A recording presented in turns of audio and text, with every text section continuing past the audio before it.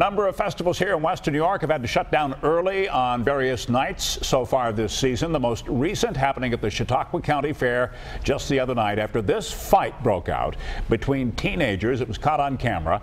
Everyone involved here younger than 16. It took police from 4 different agencies to break up this fight. Well, there's one festival now making some changes to try and stop events like this from happening before they even start. 7 Eyewitness News reporter Ed Riley tracking down what works. Well, Keith, underage and unsupervised teenagers seem to be the cause of many of these festival fights, and social media is only making it worse. That's why organizers for the Old Home Days in Amherst took action to curtail a problem before it got out of hand. Well, it scares me because we never quite got to that fight level, but, you know, it can happen easily, and when you have that many people. Organizers for Old Home Days in Amherst say it was a problem that was growing over the past few years. Large groups of young teens gathering at the summer event with no one supervising them. Parents were dropping kids off, sometimes 4 or 5 kids, right at the gate here, and then they wouldn't come back till 10:30.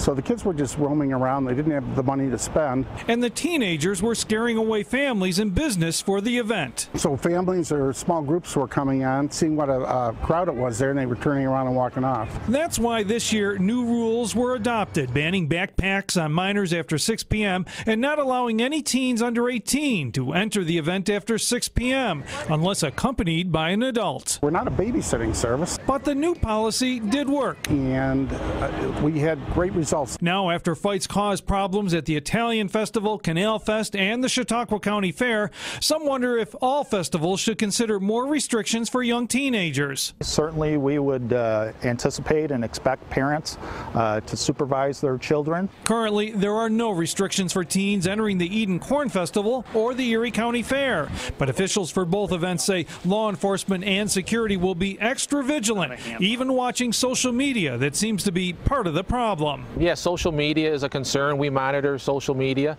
And a warning to would-be teenage troublemakers. If there is a problem, they will be arrested and subject to prosecution. This weekend, it's estimated 120,000 people will attend the Eden Corn Fest. Officials there tell us they will have uniformed officers, private security, and off-duty police keeping an eye on the corn crowd. Ed Riley, 7 Eyewitness News.